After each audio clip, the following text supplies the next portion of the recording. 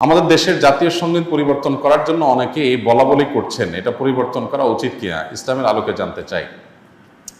জাতীয় সঙ্গীত পরিবর্তন করার দাবি এবারই শুধু উঠছে তা নয়, এর আগেও বারবার উঠেছে, আপনারা জানেন।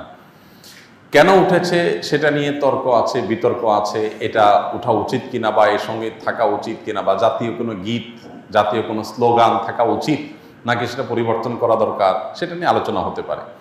আমি সে আলোচনায় যাব, তার আগে একটু প্রাসঙ্গিক অন্য একটা বিষয় বলি। সেটা হলো যে দেশপ্রেমের নামে, দেশত্ববোধকতার নামে, দেশত্ববোধক কাজের নামে আপনি কোনো গীত, মিউজিক সংযুক্ত করে, বাদ্যযন্ত্র সংযোগে আপনি যদি কাউকে শুনতে বাধ্য করান, তাহলে সেটা তার স্বাধীনতার খর্ব করার শামিল, বিশেষ করে মুসলমানদের ক্ষেত্রে। কারণ ইসলাম যেহেতু বাদ্যযন্ত্র যোগে কোনো গান বাদ্যকে অ্যালাউ করে না, কোনো গানকে অ্যালাউ করে না, বিধায় আপনি দেশাত্মবোধক গানের নামে, দেশপ্রেমের নামে আপনি আমাকে যদি এটা চাপিয়ে দেন, তাহলে এটা হবে আমার অধিকার লঙ্ঘন করা, আমার অধিকার খর্ব করা। সোজা কথা, দেশের সংখ্যাগরিষ্ঠ মানুষ যেটাকে হারাম মনে করে, সেই কাজ আপনি দেশের মানুষের উপরে চাপিয়ে দিতে পারেন না। হ্যাঁ, দেশের একটা স্লোগান থাকলো, একটা গীত থাকলো, সেটার কথা মনের ভিতরে যদি আপত্তিকর কোনো কিছু না থাকে, সেটা ভিন্ন বিষয়, অবশ্যই সেটা গ্রহণযোগ্য হতে পারে।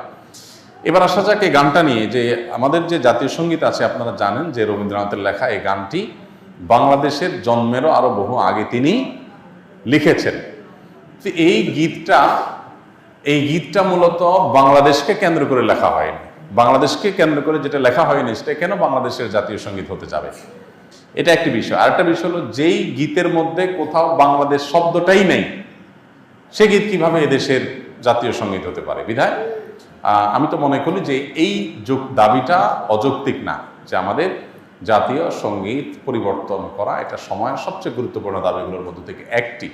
আরেকটা এখানে বিষয় হলো যে আপনারা জানেন যে হিন্দু ধর্মাবলম্বীরা তারা পূজনীয় বা দেবতা তুল্য এরকম কিছু মানুষ বা কোনো ব্যক্তি বা বস্তু থাকে, তাদেরকে তাদের দৃষ্টিতে তারা সেগুলোকে মা বলে সম্বোধন করে।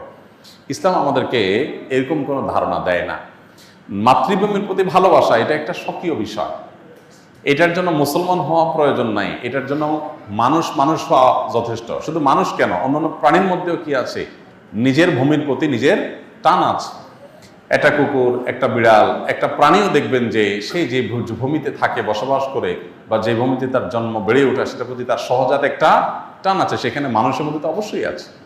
আমাদের প্রিয় নবী সাল্লাল্লাহু আলাইহি সাল্লাম মক্কা থেকে যখন হিজরত করে মদিনায় আসছেন, তাকে যখন কেবলা পরিবর্তন নির্দেশ করা হলো, তিনি যখন ফিলিস্তিনের দিকে নামাজ আদায় করছিলেন, তিনি বারবার করে মক্কার দিকে যেন কেবলা করে নামাজ পড়তে পারেন, নিজের মাতৃভূমির দিকে ফিরে যেন তারা সালাত আদায় করতে পারেন, সেজন্য আল্লাহর কাছে বারবার করে বিভিন্নভাবে আর্গুমেন্ট পেশ করছিলেন। আল্লাহ তাআলা কোরআনে সেটা উল্লেখ করেছেন, ফালানুওয়াল্লিয়ান্নাকা কিবলাতান তারদাহা, হে রাসূল, অচিরেই আপনাকে আপনার মনের মতো আপনি যে কেবলার প্রত্যাশা করছেন সেদিকে ফিরে সালাত আদায় করার নির্দেশ দান করবে। এখান থেকে বোঝা যায় মাতৃভূমির প্রতি সহজাত টান থাকা এটা একেবারে প্রাকৃতিক একটি বিষয়।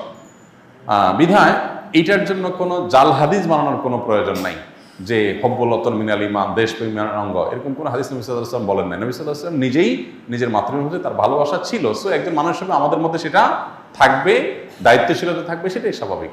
আলাদা করে জাল হাদিস বানানোর প্রয়োজন নাই। যাই হোক, তো মাতৃভূমির প্রতি টান এক জিনিস, আর সেটাকে পূজা করা আরেক জিনিস। ইসলাম আমাকে এটাকে পূজনীয় করতে বলে নাই। বিধায় সংখ্যাগরিষ্ঠ মানুষের বিশ্বাসের সাথে যেমন যায় না, এই গীত বাংলাদেশকে কেন্দ্র করে লেখা হয় নাই, এটা বাংলাকে কেন্দ্র করে লেখা হচ্ছে, যেটা পশ্চিমবঙ্গ পূর্ববঙ্গ মিলায়। অতএব এই জ্ঞান মূলত এই দেশের জন্য না, যার কারণে এই গীত বা স্লোগান বাংলাদেশের এটা পরিবর্তন হওয়াটাই হলো যৌক্তিক। এটাকে যারা মনে করেন অপরিবর্তনীয় বা পরিবর্তনের দাবি তুললেই যারা মনে করেন যে বোধহয় সব গেল, তারা কি এটাকে করোনাদিস মনে করেন নাকি, যে করোনাদিস এটা পরিবর্তন করা যায় না, এটা তো পরিবর্তনযোগ্য। অতএব এটা পরিবর্তন করার দাবিটা আমি ব্যক্তিগতভাবে মনে করি যে অযৌক্তিক নয়। ডিপ্রেশন, দুশ্চিন্তা থেকে মুক্তির উপায় কি? ডিপ্রেশন এবং দুশ্চিন্তা এখন ঘরে ঘরে। যত বেশি সম্পদ, যত বেশি মানুষের দিনকাল ভালো, তত বেশি মানুষের মধ্যে দুশ্চিন্তা, ডিপ্রেশন বেশি। তো এই দুশ্চিন্তা এবং ডিপ্রেশন এটা থেকে মুক্তি লাভের জন্য আমাদের যে কাজগুলো করতে হবে, তার ভিতরে 1 নম্বর হলো 5 ওয়াক্ত নামাজ যথাযথভাবে সুন্দরভাবে আদায় করতে হবে, খুব লম্বা সময় নিয়ে, ধীরে ধীরে। দ্বিতীয়ত, আপনি বেশি বেশি করে কোরআনে কারিমের অর্থ সহকারে তেলাওয়াত করবেন। এটি দুশ্চিন্তা থেকে মুক্তি লাভের জন্য অন্যতম কারণ। বিশেষ করে সূরা ইউসুফ সম্পর্কে অনেক উলামারা বলেছেন, এটা অর্থ সহকারে বুঝে পড়লে, মহব্বতের সাথে পড়লে, তাজবিদের সাথে সুন্দরভাবে পড়লে ইনশাআল্লাহ দুশ্চিন্তা থেকে মানুষ বাঁচতে পারে। তৃতীয়ত, দুরুদের আমল। এ সম্পর্কে হাদিসে পরিষ্কারভাবে আমাদেরকে নবী সাল্লাল্লাহু আলাইহি ওয়াসাল্লাম নির্দেশনা দিয়েছেন যে নিয়মিত যদি কেউ দুরুদ পড়ে, সবসময় দুরুদ পড়ে, তো আল্লাহ তাআলা তাকে দুশ্চিন্তা মুক্ত করেন। আরেকটা হলো ইস্তেগফার।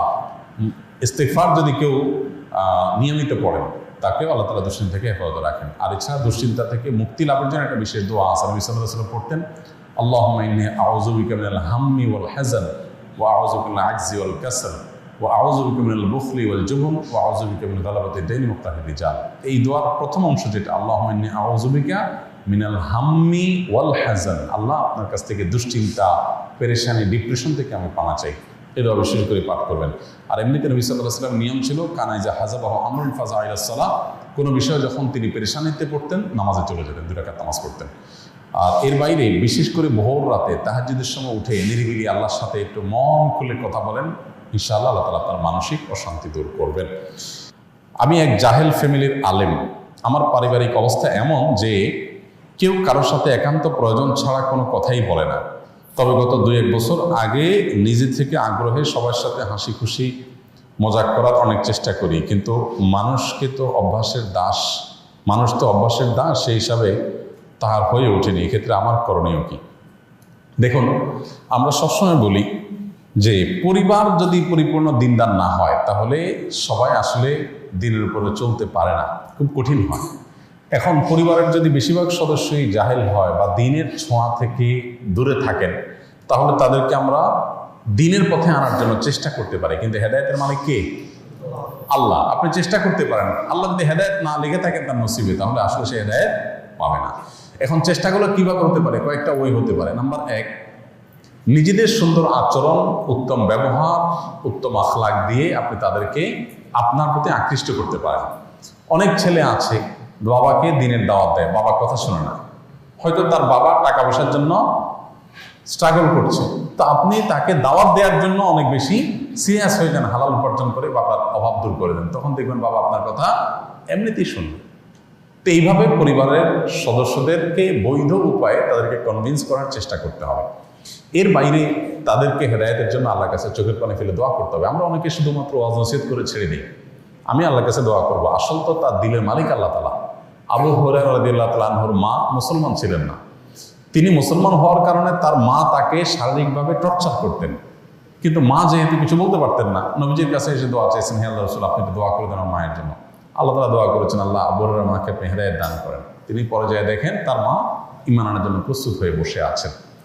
তো এই জন্য হেদায়েতের জন্য পরিবারের সদস্যদের নামে খুব সিরিয়াসনেসের সাথে, খুব আন্তরিকতার সাথে, খুব কায়মন বাক্যে আল্লাহর কাছে চোখের পানি ফেলে দোয়া করতে থাকেন, তাদের নাম ধরে ধরে। আর এদিকে নিজের চেষ্টা অব্যাহত রাখেন। এরপর যদি হেদায়েত তারা না পায়, আল্লাহর পরে ন্যস্ত করে দেন, আপনার কোনো দায়িত্ব থাকলো না।